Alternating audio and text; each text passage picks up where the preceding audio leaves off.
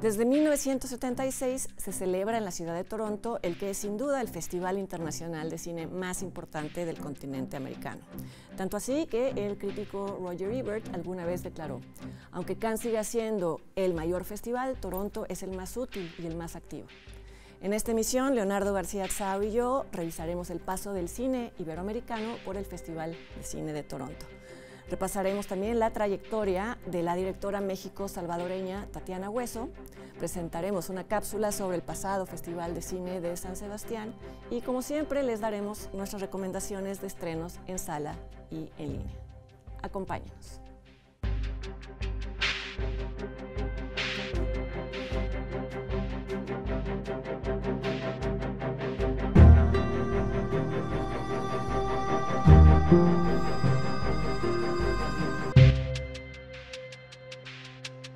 ¿Qué tal? ¿Cómo están? Bienvenidos a una emisión más de Encuadre Iberoamericano. Hola, Leonardo, ¿cómo estás? Bien, ¿y tú, Fernando? Bien, también, gracias.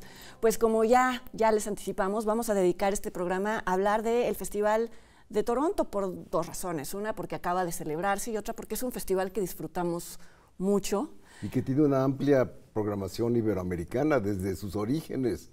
Han tenido como una muy clara atención a esta zona de la cinematografía, ¿no?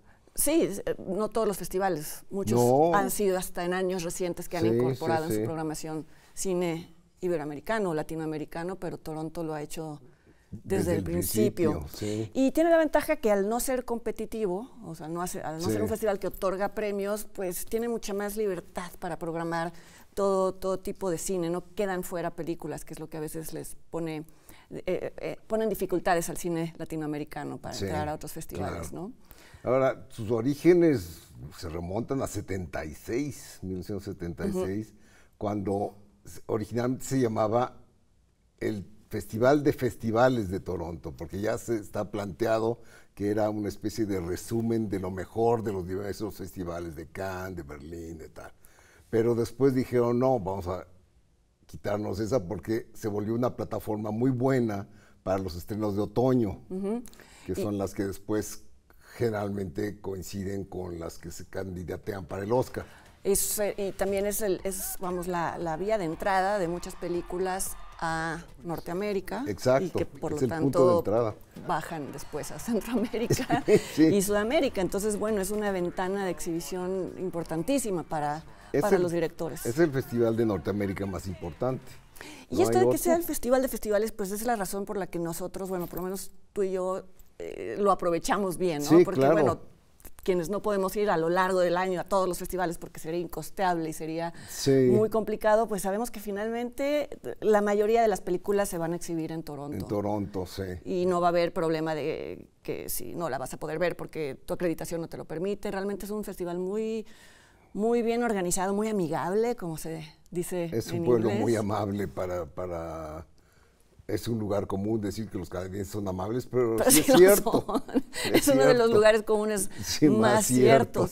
Sí, y muy organizados. Vamos aún después de la pandemia que tuvieron que casi volver a empezar, ahora se quedaron sin un patrocinador importante, que fue Bell. Todavía no se refleja en nada porque es hasta el próximo año. Y supongo que eso va a ser, les va a pegar. Yo no me imagino, porque incluso el Lightbox se llama TIFF Bell Lightbox. Ya se empieza a notar, yo al rato les cuento que acabo de regresar, pero ya cambiaron las sedes y todo. Yo creo que lo que más ha influido en la exhibición de Toronto últimamente es el tema de las plataformas, del pleito con las plataformas, de que si van a estar en salas o en cines. Yo creo que fue la razón por la que Bell decidió retirar su patrocinio, porque ellos tienen un canal de streaming. Entonces dijeron, bueno, si van a programar películas que están en Netflix y Amazon, pues están siendo nuestra competencia. No se ha abierto esta conversación, pero al parecer esa es la fundamental razón. Sí. Pues no siempre fue así. Yo empecé a ir en los 90s y no había funciones de prensa. ¿No? Es un festival hecho sobre todo para el público de Toronto. ese es su target, digamos, su público fundamental. No son los invitados, no son los acreditados, son el público que paga. Además, muchos de ellos toman sus vacaciones del año para asistir al Festival de Toronto. Sí, así de sí. cinéfilos son. Y por eso es tan importante el premio del público de Toronto. Claro. Que ya es bien sabido que casi es el premio que la película que resulte premiada en esa categoría se va a ir colando, a veces hasta ganar el Oscar. Sí. Lo cual, Sí. películas que uno no veía venir, como Green Book, Sí. fue el premio del público en Toronto y acabó ganando el Oscar, ¿no? Por encima de Roma. No, bueno, fue el peor. Ya no vamos a meternos en esa discusión, pero bueno, Roma también fue una película... La que tuvo el premio del público en la versión internacional, ¿no? Sí. Otras películas que han ganado el premio del público, ya hablando en concreto de cine iberoamericano, ha sido Mujeres al borde de un ataque de nervios, Sí. de Almodóvar.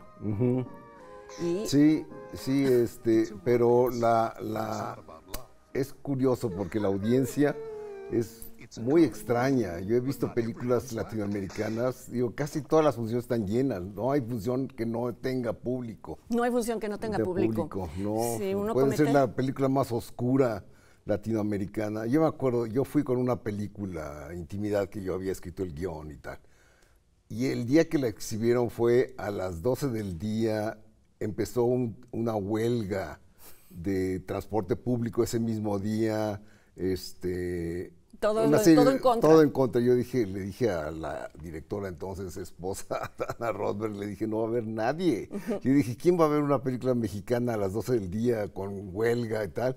Estaba llena la función. Sí, yo también este año cometí el error de decir, qué mal que lo diga, pero bueno, tal vez no va a estar atiborrada la sala para ver una película argentina de una directora que es apenas conocida, que era su ópera prima. Sí. Y pues llegué tarde y me tocó el peor asiento Lugar. porque estaba lleno. Lleno, sí. Sí, Sí, hay es un público pero- curioso.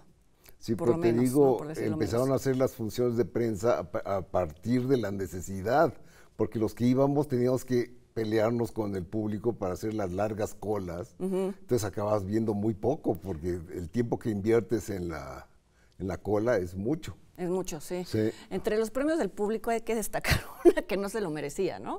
Sí, claro, es una película mexicana que se llama Bella, Exacto. Producida por Eduardo Verástegui y dirigida por Alejandro Gómez Gómez Monteverde. Monteverde, que es la misma dupla que ahora está detrás de Sonido de la Libertad. Sí. Es una película malísima. Bueno, vamos, es totalmente predecible. Es de fórmula, pero fórmula tú, mala. Tú ahorita me contabas algo que yo no sabía, hay Sí, que decirlo. Alguien me contó que había habido como en los viejos tiempos priistas, Ajá. había habido llenado de urnas que hicieron trampa y Pues sí, porque hasta llenaron para las hacer una- boletas para que ganara Bella, porque sí, era totalmente incomprensible que ganara. Vamos, sería comprensible en tanto es una película edificante y habla de mexicanos que viven en Estados Unidos y eso generalmente pues tiene como buena recepción del público. Pero no tanto. Pero me imagino que ese año hubo muchas mejores películas que Seguro, aspiraban seguro. a ese premio, ¿no? Sí, un fenómeno raro se dio con ese título. Bueno, tú estuviste este año en su Versión versión presencial. más Sí, reciente no había edición vuelto desde hace 3 del años. 19, ¿no? Exactamente. Sí. Primero por la pandemia, luego no pude. Pero hay que decir que Toronto fue de los 2 festivales a nivel internacional, el otro es Sundance, que tuvo programación, acceso en línea durante la pandemia, lo cual pues sí fue muy útil. A diferencia de Sundance, Toronto tuvo el problema de que tenía restricciones geográficas para algunas películas, entonces Y era la mayoría. las Yo mejores, sí. yo traté de entrar y me frustré mucho. En ese sentido Sundance era mejor porque cualquiera podía Sí, verlas, me acuerdo ¿no? que la mayoría estaban bloqueadas, de las que me interesaban, estaban bloqueadas. Y sobre todo las latinoamericanas, porque como que se suponía que ellos iban a querer promoverlas aquí en sus respectivos países, no sé, pero bueno.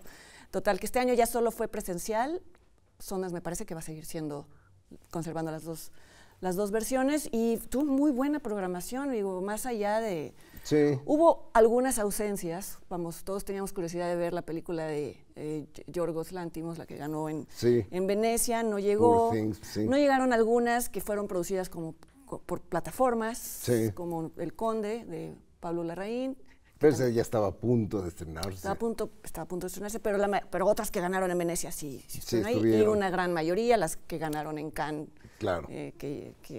bueno, todos estábamos esperando. Y hubo buenas películas iberoamericanas, digo, no pude ver todas, No, es imposible. es imposible, Sí. pero se exhibió Valentina o La Serenidad de Ángeles Cruz, que a mí me gusta muchísimo esa película, es una de las seleccionadas para competir en Morelia, la podrán ver ahí si van a Morelia. También se exhibió la película que dirigen los hijos de Guillermo Arriaga, Santiago y Mariana, Que ya la habíamos A Cielo mencionado. Abierto, y mucho cine argentino. Yo quise entrar a ver una película que al parecer se especula que sea la que Argentina elija para ser Los representada. delincuentes. Los delincuentes. Estuvo en Cannes. ¿Tú la Sí. viste? No la vi. Es que dura 3 horas. Es que Es cuando difícil uno va a acomodar festival, dices, una híjole, aquí 3 puedo. horas, Sí, pero me quedé con ganas de verla. La que sí vi fue El rapto de Daniela Coggi, una película situada en los años posteriores al derrocamiento de la dictadura militar, cuando muchos militares ya desempleados se dedicaban a secuestrar personas. Es como un poco la contraparte de la película de Trapero, pero en un tono totalmente distinto. Digo la contraparte porque aquí se ocupa de la familia, ¿no? De quien está del lado de... Pero esto a la vez destapa pues una serie de irregularidades económicas y termina de una forma doblemente trágica. Es que me quedé pensando que la historia oficial en algún momento ganó el premio del público, ¿no? También, sí. Sí, entonces bueno, hay también una película sobre el tema postdictadura premiada en Toronto. Y pues bueno. El cine español también tiene mucha presencia en Toronto. Sí, se me escaparon muchas, lo lamenté. Sí, pero... no, es que pues, lo malo, hay un programa hecho de 300 películas, obviamente te vas a frustrar, ¿no? Sí. Intenté esta vez ver como mínimo 3 al día y al aún día, así, sí, pues y aún dices, así es imposible. Pues es una décima parte, ¿no? Sí, claro. Pero bueno, por lo menos sí es un buen catálogo, es una buena forma de ver qué ¿Todavía películas... editan el catálogo o ya no? O sea, sí existe, Ajá. pero lo tienes que comprar. No, bueno, eso ¿O siempre. qué me preguntabas? No, sí, que si lo editaron. Sí. Ah, sí. Porque sí. ya la mayoría de los festivales ya no editan catálogo. Ya no lo hacen. Sí, ya no hay nada impreso. Ya no hay nada impreso, pues un poco supongo también por razones ecológicas. Sí, eso dicen en San Sebastián. Y también yo creo que por presupuestales, porque esto es un comentario extraño, pero bueno, antes casi te estorbaban todas las cosas que te daban cuando te acreditabas, y ahora tienes que... Es que los catálogos son muy útiles. Vamos, no te da ni siquiera un calendario impreso ya, lo cual es una pesadilla, porque tienes que tener la programación en la cabeza. En el teléfono. Entonces, bueno, de los retos presupuestales a los que enfrentan los festivales en general, sí. ¿no? Entonces, bueno, sí, creo que fue una buena edición. Sí. Ganó el premio del público una película que no vamos a comentar aquí porque es una película estadounidense, pero sorprendentemente buena. Y digo sorprendentemente buena porque no era una película complaciente, ¿no? A mí siempre me entusiasma que no ganen películas de final feliz porque eso es predecible. Entonces, bueno, ya la veremos luego, que se llama American Fiction. Bueno, pues para seguir hablando de nuestras favoritas, vamos a hacer una pausa y volviendo, tanto Fernanda como yo, daremos nuestras favoritas de la programación iberoamericana de Toronto.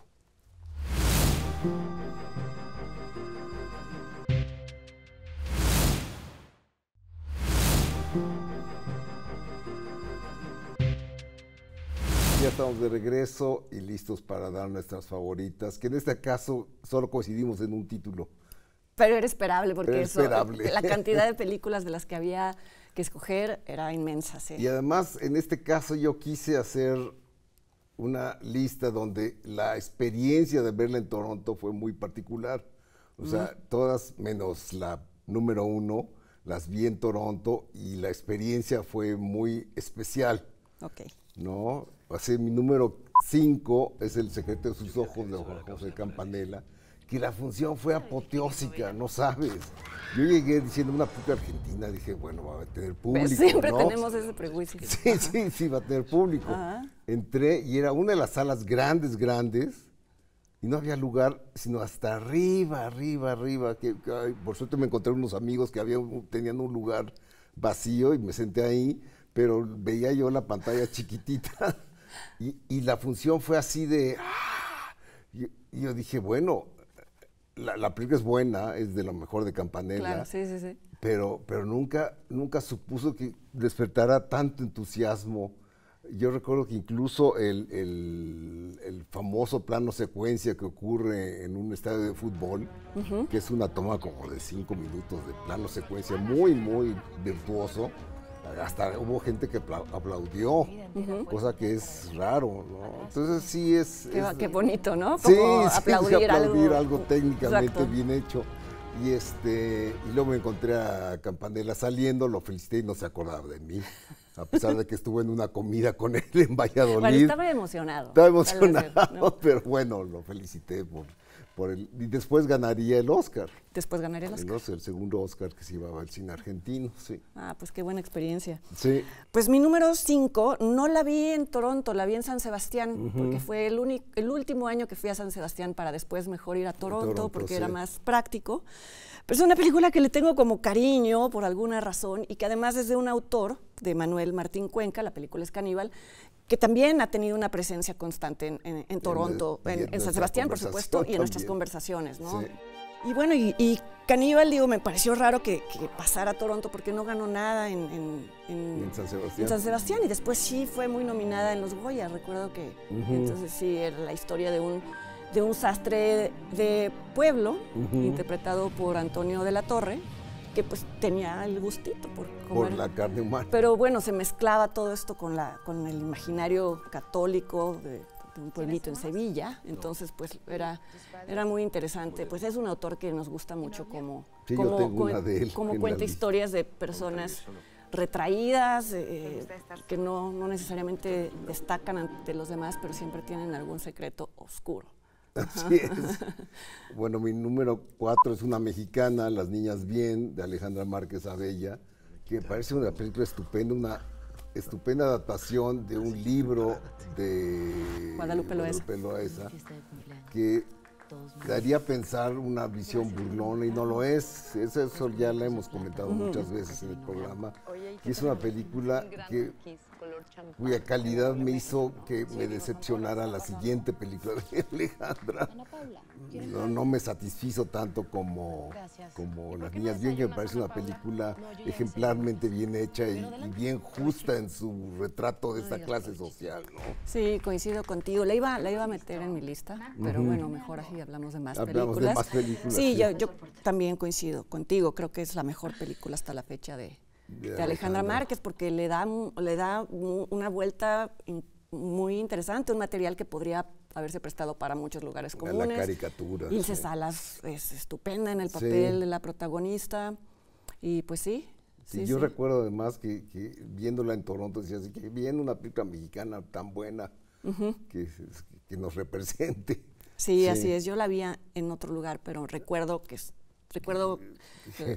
que despertó mucha expectativa y después muchas buenas críticas en Toronto, ¿no? Sí, mi número 4 es Bellas de Noche, de María José Cuevas, que es un documental del que hemos hablado. Es un documental que visita o revisita la vida de las famosas vedettes mexicanas de los 70 y de los 80 y las rescata de un olvido, pues muy sintomático, por otro lado, ¿no? Ese olvido de la que fue símbolo erótico en algún momento, y de repente pasan los años y ya nadie se acuerda de ellas, ¿no? Y lo que es interesante es que el documental mismo les da ese segundo aire, porque volvieron a tener una especie de atención estas mujeres, unas viviendo vidas ya totalmente como reclusas, pero bueno, el documental mismo les da vida por el trato empático que le da María José Cuevas, que creció pues casi rodeada de ellas, porque sus papás, que fueron José Luis Cuevas y Berta Cuevas, pues siempre las tenían personas muy extravagantes en su casa como invitada, entonces ella las recuerda casi como personajes de su infancia, y eso hace que ellas se comporten de una manera pues como no lo harían quizá con otra directora, ¿no? Claro. Muy bien. Tu número 4. Mi número 3 es el autor, justamente Manuel Martín Cuenca, que yo recuerdo, yo había leído el guión y la fui a ver, tratándose de este director que nos gusta, la fui a ver y me sorprendió lo bien adaptado que estaba el guión a la pantalla y cómo esta historia de un escritor frustrado tenía como muchas lecturas, ¿no? Entre ellas la del hombre que se siente Dios y de alguna manera modifica la vida de quienes lo rodean. ¿No? Una película que ganó el premio de la crítica de Fipresci ese año. En Toronto. En Toronto. La vimos juntos, ¿no? Sí. Sí, también aparece Antonio de la Torre como el maestro de literatura. Y este gran actor que es Javier Gutiérrez, que es una especie de camaleón que cambia de película a otra. Y está muy bien. Con actores mexicanos aparecen Tenoch Huerta y Adriana Paz. Adriana Paz, exactamente. Como parte de los vecinos que se convierten en personajes de este hombre. Manipulables por él. Así es. Mi número 3, pues, es Roma, de Alfonso Cuarón. Es una película que me gusta, sobre todo la recreación de ese México de los 70. Para mí es una película que me revive mi infancia, digo, más allá de la historia que cuenta, más allá de lo que quiere decir sobre las relaciones entre las familias mexicanas y las personas que cuidan. Más allá de todo eso, a mí me conmueve mucho el diseño de producción de Eugenio Caballero, me parece alucinante, ¿no? Digo, crear calles que ya no existen. Sonidos. Y hacerlo nuevamente palpable, ¿no? Es algo que para alguien que vivió esa época en el DF o en la Ciudad de México, es como muy impresionante. Sí, yo creo que la combinación entre las obsesiones de Cuarón y la bienhechura de Eugenio Caballero dio como resultado esta cosa. Y recuerdo que la película se había recién exhibido en Venecia. En Venecia. Yo la había visto antes aquí en México en una función especial, pero fue impresionante cómo cuando se anunció el premio, en Toronto abrieron muchísimas funciones de prensa. No sé si golpes recuerdes. para verlas. Sí, que ahora este año una de las cosas en las que se notó también menos presupuesto era que se redujeron las funciones de prensa para poder incluir más funciones al público, que son funciones pagadas, y pues bueno, es justo, ¿no? De algo tienen que vivir los festivales. Sí. Mi número 2 es La Llorona, que yo recuerdo de Jairo Bustamante, cineasta guatemalteco, que yo recuerdo que leí la sinopsis y dije, esto puede ser o muy bueno o un horror. Y me sorprendió tanto la película, lo bien que combina ambas instancias, es decir, lo sobrenatural implícito en el título de La Llorona, con el juicio político que se le sigue a un dictador genocida, ¿no? Entonces esas dos vertientes las combina tan bien, es sin duda la mejor película que ha hecho hasta la fecha Bustamante, y sí me sorprendió, me dio mucho gusto haber apostado por ver La Llorona. Que a veces es lo que hace uno, entra sin tener idea de bien a bien. Sin idea, exacto. Mi número 2 me pasó un poco lo que te pasó a ti con la película de Campanella. Ajá. Esta sí la vi en Toronto, y yo me acuerdo que la vi y salí junto con casi toda la audiencia diciendo que acabamos de ver, esto es una maravilla, es una historia que combina por un lado pues el sufrimiento de las madres buscadoras que quieren recuperar los restos de sus hijos en el desierto de Acatama, y en la historia de los astrónomos que en tanto allí hay un telescopio importantísimo, las invitan a que conozcan, a que se asomen, a que miren hacia arriba. Es un poco la metáfora de la película, en lugar de estar viendo hacia, y es súper conmovedora, y bueno, todos salimos alucinados, y fue creo que segundo lugar en las películas que obtienen el premio del público, la que hubiera obtenido el premio del público. De Patricio Guzmán. De Patricio Guzmán. Que se puede ver en Netflix ahora. Sí, ahora están casi todas las películas suyas, ¿no? Así es. Y coincidimos en la número 1, que es una película muy reciente, se estrenó este año en Cannes, que es donde yo la vi, de excepción, que es Cerrar los ojos de Víctor Erice, que es el regreso de un cineasta único, ¿no? Un cineasta tan singular que hace 4 películas y las 4 son obras maestras, ¿no? ¿En dónde se da eso?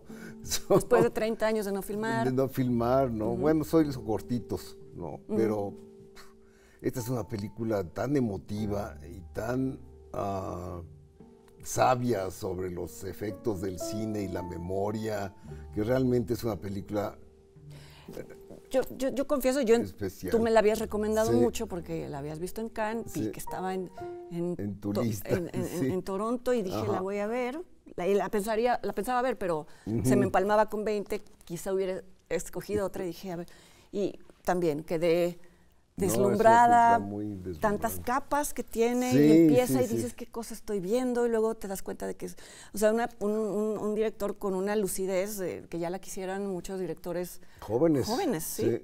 Y dura 3 horas también, a propósito de las películas, y en ningún momento sientes que la película se alargó. O que está de más, nada.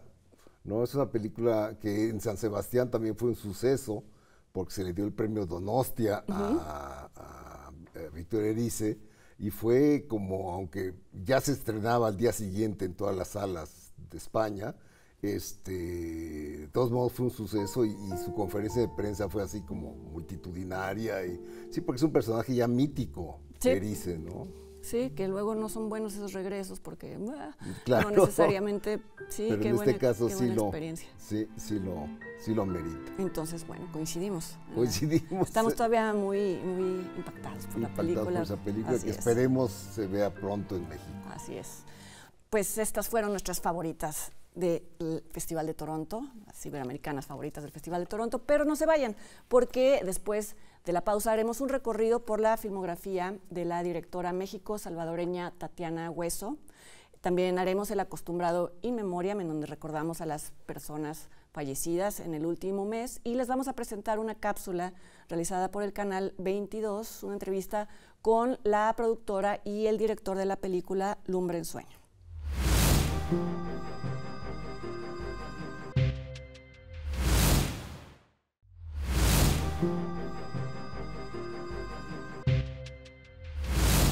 Y bueno, ahora vamos a hacer un repaso por la obra corta pero importante de la directora Tatiana Hueso. Ella nació en El Salvador, pero ya ella misma se considera mexicana. Estudió en el Centro de Capacitación Cinematográfica. ¿Fue tu alumna en algún momento? Sí, no recuerdo a qué generación pertenece, ya ves que tienen apodos. Sí. No sé si es de los yapaqués o sí, pero por ahí va. Pero bueno, yo creo que es de las directoras mexicanas más importantes en este momento, sin duda, y demostró su talento desde su primer documental, El lugar más pequeño, sobre la guerra civil en El Salvador. Yo recuerdo que la vimos la exhibió en Ambulante, le dimos ahí el premio se daba una beca, la beca Gucci Ambulante, porque era sin duda el mejor documental, por cómo podía, bueno, lo hemos visto, no sé en dónde se pueda ver, ojalá se pueda ver en alguna plataforma. ¿Está en Filmin Latino? Está en Filmin Latino, sí, ojalá, lo malo es que no se puede ver desde fuera de México, pero si nos ven dentro de México, ojalá la puedan ver, porque es muy emotivo cómo recrea los testimonios de los sobrevivientes. De la guerra civil y de los estragos que hubo en un pequeño pueblo. En La Cinquera, ¿no? En La Cinquera, llamado La Cinquera, y cómo se reconstruye el pueblo, ¿no? Cómo hay una especie de renacimiento de toda la población. Y recurre a un recurso, valga la redundancia, que ha seguido utilizando en sus demás películas, pero yo creo que aquí es en donde mejor lo luce, que es el empalmar, yuxtaponer la voz de los afectados con imágenes que no necesariamente tienen que ver. En algunos casos, incluso en este documental, son imágenes que en otro momento, sin contexto, serían hermosas, pero aquí toman un sentido diferente, ¿no? Porque, bueno, es como el renacer de la vida en un pueblo que fue totalmente destruido. Devastado, sí. Exactamente, ¿no? Sí, no, es muy buen documental. Y antes de El Eco era mi favorito de Tatiana. Ah, bueno, ya llegaremos ya llegaremos, sí. Y su siguiente película, creo que ya en adelante todas han sido producidas por Nicolás Ellis, que hemos hablado de él, ¿no? Sí. Amplía el tema que le importa, que son las personas desaparecidas o que han sido víctimas de algún abuso, en este caso hablando de dos mujeres desaparecidas. Sí, ¿no? Son dos historias que se van intercalando. Que se van contando ahí. La hija de una mujer que trabaja en un circo, la mujer y la hija. Y la hija desaparecida de otra. Una mujer que estuvo en la cárcel injustamente y pagó, bueno, los 20,000 infiernos, ¿no? Exacto. Y me parece que coincidimos, ¿no? Que en este caso el recurso quizá no funciona tan bien. A mí me pasa, y la volví a ver y me volvió a pasar, me parece a veces un poco confuso. A veces están demasiado divorciadas las imágenes de lo que se está contando. Entonces sí crea al menos en mí, sí me distancia del producto, ¿no? Digo, ¿por qué estamos viendo una pescadería cuando están hablando de tortura? ¿Me entiendes? Es algo así como... Porque las imágenes mismas van contando una historia y entonces empiezas a construir la historia de las imágenes y te cuesta conciliarla. Sí, claro, lo que pasa es que es limitación mía, pero bueno. Mía también. Sí, ¿no? Porque fue un documental muy festejado, muy premiado. Hay que decirlo, sí. Quizá yo creo que el más exitoso hasta la fecha. Noche de Fuego también le fue También muy Noche bien. de Fuego. Sí. Pues sí, y también logra imágenes bellas al final, cuando ya... Pues, su fotógrafo es estupendo, Ernesto Pardo es un colaborador esencial, consigue unas imágenes bellísimas dentro del tema que es horrible, consigue unas imágenes realmente que son como estudios fotográficos, ¿no? Sí. de alta estética. Su siguiente película es una ficción, fue Es su una primera ficción, sí. pero tiene también totalmente un... Es curioso porque es una adaptación de un libro de Silent for the Prayers for the... Prayers for the Stolen. Prayers for the Stolen. Sí. Y sin embargo es totalmente algo que ella hubiera podido narrar de propia voz, ¿no? Y además muy recurriendo a las técnicas de documental, sobre todo en las escenas donde se recolecta la amapola y todo, ahí se nota cuando las mujeres trabajan, en fin. Y el tema femenino otra vez. Femenino. Sí, habla de una comunidad en donde, para no variar en México, los narcos han tomado el control, solo les permiten quedarse a quienes están dispuestos a trabajar para ellos, por ejemplo, en el cultivo de la amapola, pero tiene la particularidad. Yo creo que fue la primera película mexicana en la que vi que se representaba el tráfico de personas como una de las actividades del narcotráfico, sobre todo de niñas y de jovencitas, porque es llegar a cierta edad a las niñas les tienen que cortar el pelo para que los soldados no de inmediato las identifique como mujeres y las rapten, ¿no? Creo que lo vimos antes en Cómprame un revólver, pero no estoy seguro. Tienes razón. Sí, porque ahí sí también se planteaba que a las niñas las disfrazaban de niños para que no ocurriera. Y sin embargo, como este es tan realista, sí, a lo mejor ese fue el efecto que produce, efecto ¿no? que te dio. Sí. Es una película que yo revaloré cuando la vi por segunda vez. La primera vez no me convenció del todo, pero la segunda vez me gustó más cuando la vi ya en Netflix, curiosamente. Sí. Sí, el final además tiene un guiño al final de ya estoy haciendo cosas que a lo mejor nada más confunden, ¿no? Esta imagen desde abajo de una laguna en donde se ve las niñas están no es el final de la película, pero bueno, en algún momento las niñas tienen momentos de felicidad, incluso en ese lugar tan espantoso, en donde juegan en un río y también en Tempestad hay un momento en el que se filma una laguna desde abajo y como que te remite, sí. Ella misma hace guiños. Y ahí la volví a ver para el programa porque no la había visto desde hace mucho y retoma cosas de sus propios documentales. Una escena en la que un maestro del pueblito pone una silla boca abajo, ¿no? Y les dice, a ver, ¿cómo se arregla esto? Y entonces llega una niña y muy decidida la pone bien. Y eso remite al lugar más pequeño que cuentan que... pues los sacerdotes de la teología de liberación que finalmente pues les hicieron tomar conciencia de su... Les decían que se enorgullecieran de ser llamados subversivos, porque subversivos eran quienes se atrevían a poner la silla de vuelta. Cabeza. Entonces sí, me pareció... Y nada más, es una trivia. Una película premiadísima también. También. ¿No? Encanto, un éxito increíble, increíble, ¿no? Sí. Y ganó en San Sebastián, ganó Horizontes Latinos. Y ganó en los Arieles en México. Yo creí que eso iba a ocurrir este año, que estuvo el ECO compitiendo en Horizontes Latinos nuevamente. Digo, nuevamente otra película de Tatiana.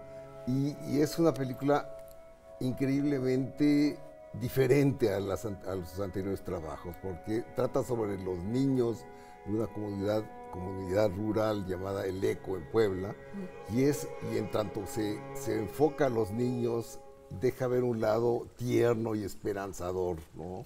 Cosa que parecería contradictorio tratándose de nuestro país, pero sí es una película que te conmueve porque es otro punto de vista mucho más luminoso de nuestra realidad. Que es espantosamente oscura. Exacto. Entonces ella misma cuando presentó la película dijo que quería hacer eso, precisamente cambiar un poco de óptica y lo consiguió. Creo que es una película además muy intrincadamente construida, porque no hay aquí un tema general, central, como la desaparición de personas, ¿no? Sino que es simplemente los niños en su interacción con ellos mismos, con sus papás, con los animales de corral, en fin. Entonces es un documental muy, muy, muy emotivo.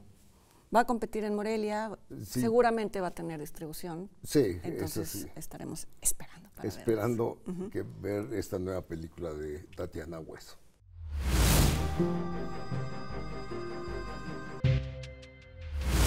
Y bueno, ahora vamos a recordar a personas relacionadas con el mundo del cine, actores, directores, promotores, que fallecieron en este último mes. Uno de ellos fue Benito Castro, multifacético comediante mexicano. Lo recordamos sobre todo como comediante, aunque Sí. bueno, perteneció a una familia de músicos, los hermanos Castro. Entonces bueno, a veces se presentaba con ellos, pero también apareció muchísimo en televisión y en algunas películas. Muy pocas películas, la verdad. Pocas películas Sí. en comparación a las apariciones y los programas que tuvo en Sí, televisión, en ¿no? televisión era... Sí.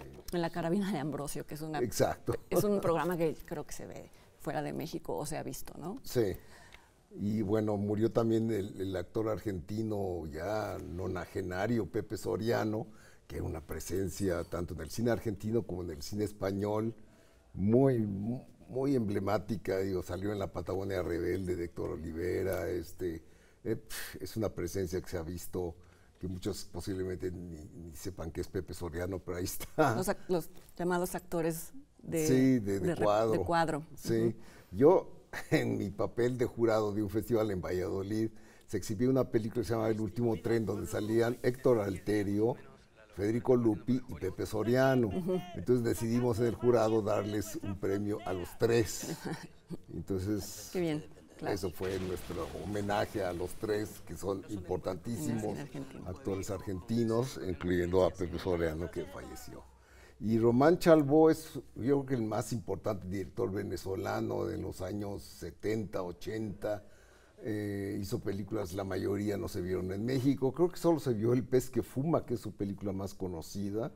Después hizo buenos melodramas. Había un melodrama que se llamaba Manon, que era justamente llevarle la contra a los clichés del melodrama. Muy buena película. Esa sí la vi en México. Entonces, sí, yo no recuerdo haber visto películas nada de en Román México, Chalbaud, ¿no? Y era un tipo encantador. Yo lo conocí también en un jurado. Y era un tipo muy cinéfilo, además, ¿cómo se dice? Cuando aprecias epicúreo. Okay. Le gustaba comer bien y beber bien. Era un tipo realmente encantador, Román Chalbaud. Y tú conociste muy bien a Manuel Pérez Estremera. Sí, lo conocí muy bien porque primero fue crítico, pues antes de que yo lo conociera. Después se volvió productor y promotor. Fue director en un par de ocasiones del Festival de San Sebastián en compañía de Diego Galán, que también ya falleció. Y siempre como productor, que estuvo en televisión española, siempre había una tendencia en él a ayudar a cineastas latinoamericanos y en especial a los mexicanos, ¿no? Tuvo muy buena relación con Ripstein, tuvo muy buena relación con Felipe Casals. Con Ripstein tiene un libro, de hecho, de correspondencias. Un gran tipo. Era además un tipo impertérrito, nada lo perturbaba. Ah, qué envidia. Siempre sonreía con una sonrisa enigmática, por eso algunos lo llamamos el Buda español, porque tenía esa sonrisa permanente y nada lo alteraba. Era realmente un gran tipo. Ah, pues ¿no? qué fortuna que lo conociste. Sí, sí, lamenté su fallecimiento, ¿no? Y bueno, a continuación vamos a ver una entrevista hecha por Canal 22 a la productora y el director de la película mexicana Lumbre en Sueño.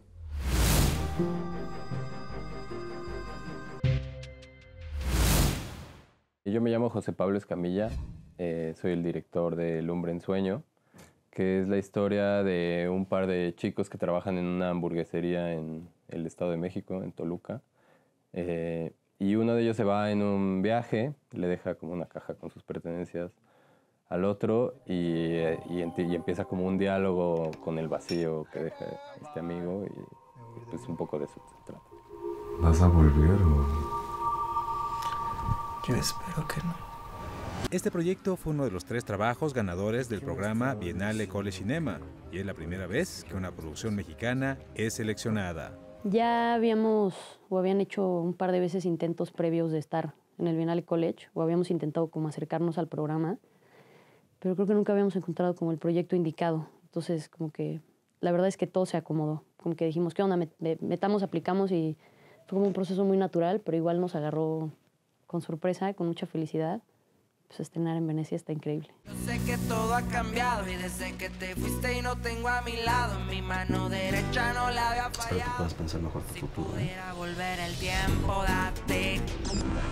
Les otorgaron un financiamiento de 200,000 euros. No pueden acceder a más recursos y deben de terminar la película en un periodo de 6 meses. Durante el proceso de rodaje de este guión, que sí tenía bastante forma, pues nos dimos mucha libertad para improvisar. Pues teníamos como estos actores con muchísima experiencia y estos nuevos talentos que estaban como respondiendo a eso, y estuvo muy chido, la verdad.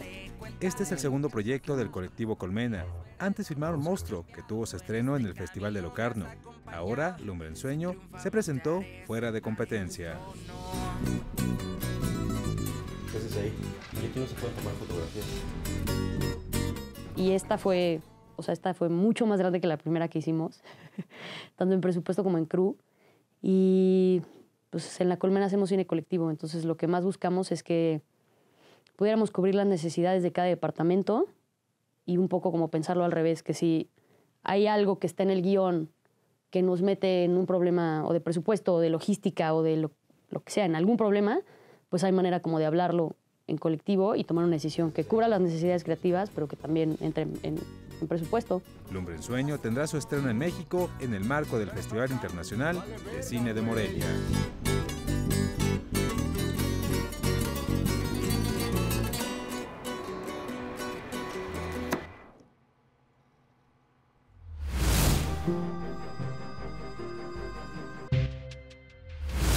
No se vayan, después del corte les presentaremos una cápsula realizada por nuestra compañera Francina Isla sobre el Festival de San Sebastián, la última edición de este festival, y como siempre haremos recomendaciones de estrenos en salas y en línea.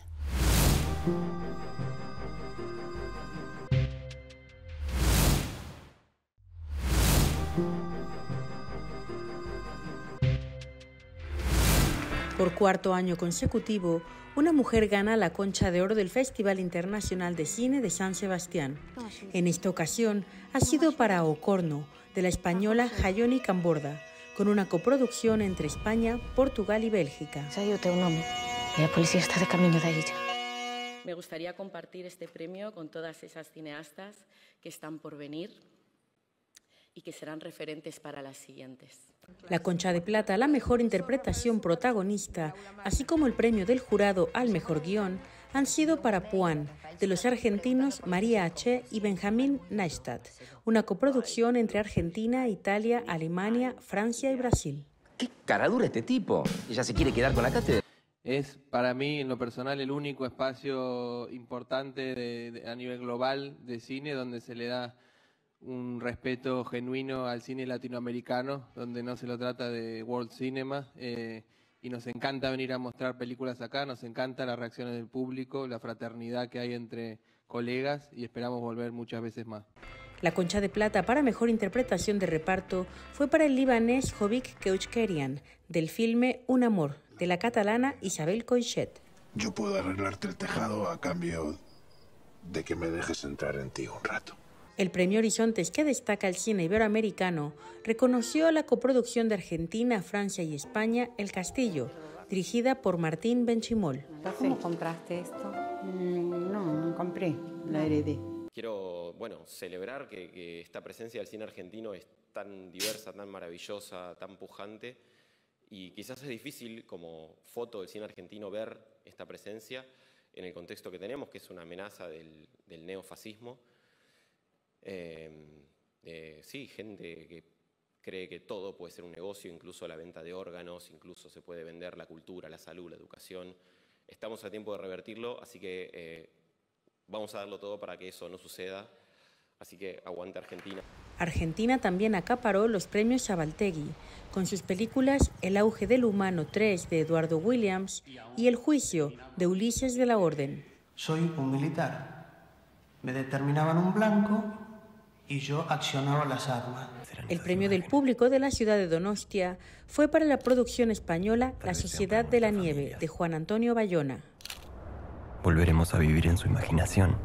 Hemos decidido que esa dotación económica vaya a parar a una fundación benéfica, que es la Fundación de la Biblioteca Nuestros Hijos. Es una biblioteca que se fundó hace ya 50 años, después del accidente de los Andes, por un grupo de madres que perdieron a sus hijos en aquel avión, y es una fundación que acerca a los niños con menos posibilidades. Este año el premio Donostia se otorgó al director japonés Hayao Miyazaki, al escritor Víctor Erice y al actor Javier Bardem. Sin embargo, el último no asistió al festival en apoyo a la huelga de actores de Hollywood. Habrá que esperar al 2024 para que lo reciba. Para Encuadre Iberoamericano, desde el Festival Internacional de Cine de San Sebastián, Francina Islas, corresponsal.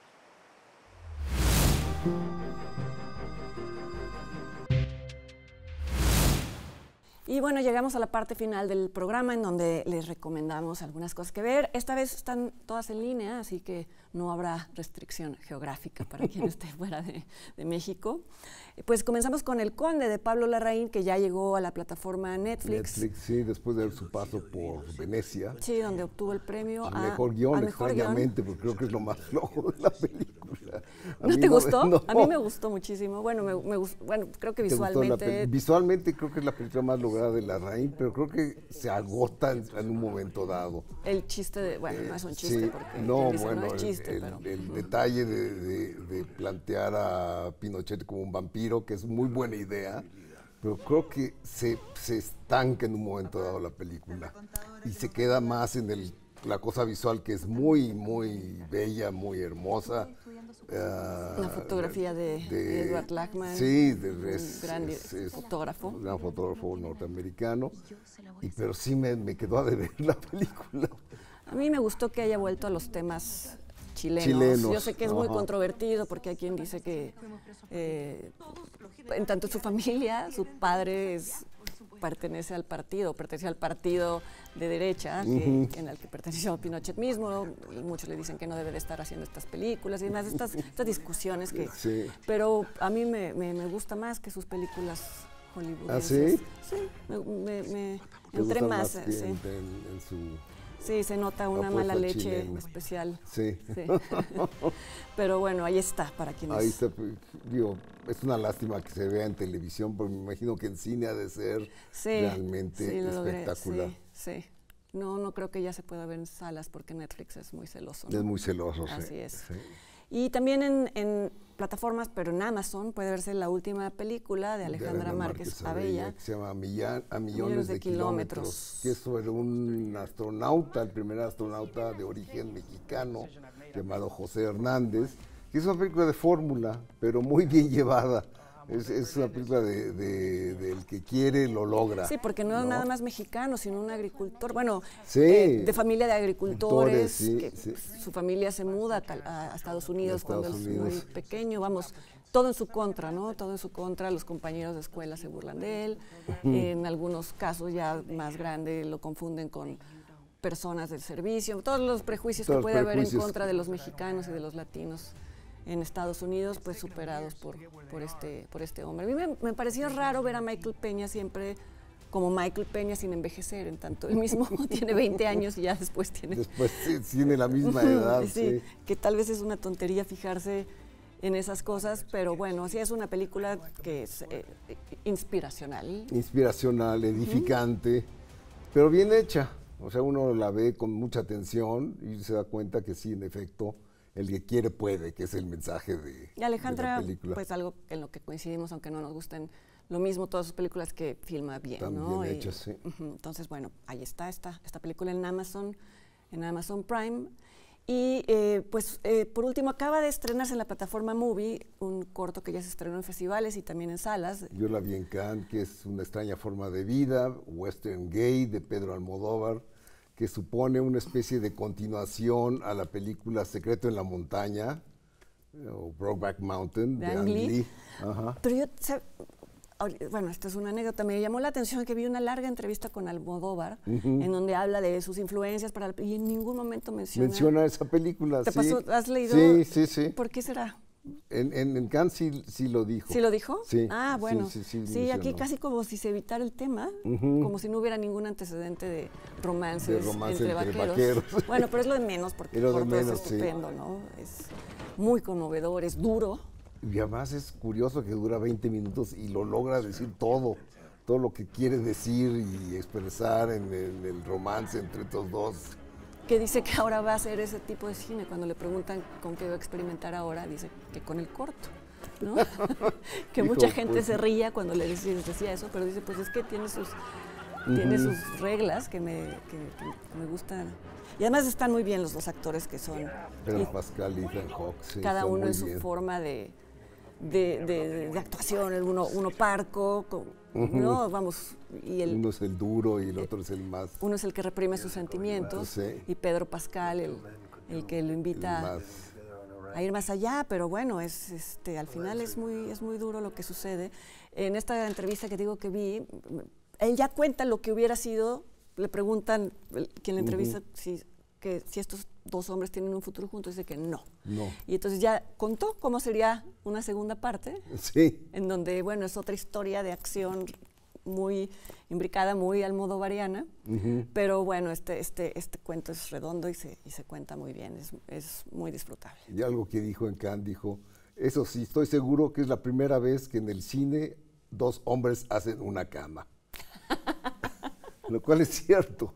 Nunca habíamos visto a un par de personas, y tienen la ropa interior ordenada en un cajón. Exacto, eso no sé si lo dijo, pero también es solo dijo lo de la cama. Pues bueno, está en Movie a partir de ya cuando ustedes vean este programa ya la podrán encontrar ahí, así como muchas otras películas en distintas plataformas. Les agradecemos mucho que nos hayan acompañado. Gracias, Leonardo. Gracias. Les recordamos que Encuadre Iberoamericano es una plataforma televisiva en la que procuramos dar visibilidad a los directores iberoamericanos que se presentan en festivales, sus películas, que estrenan retrospectivas, en fin, todo lo que haya que decir sobre ellos. Nos vemos en la siguiente edición.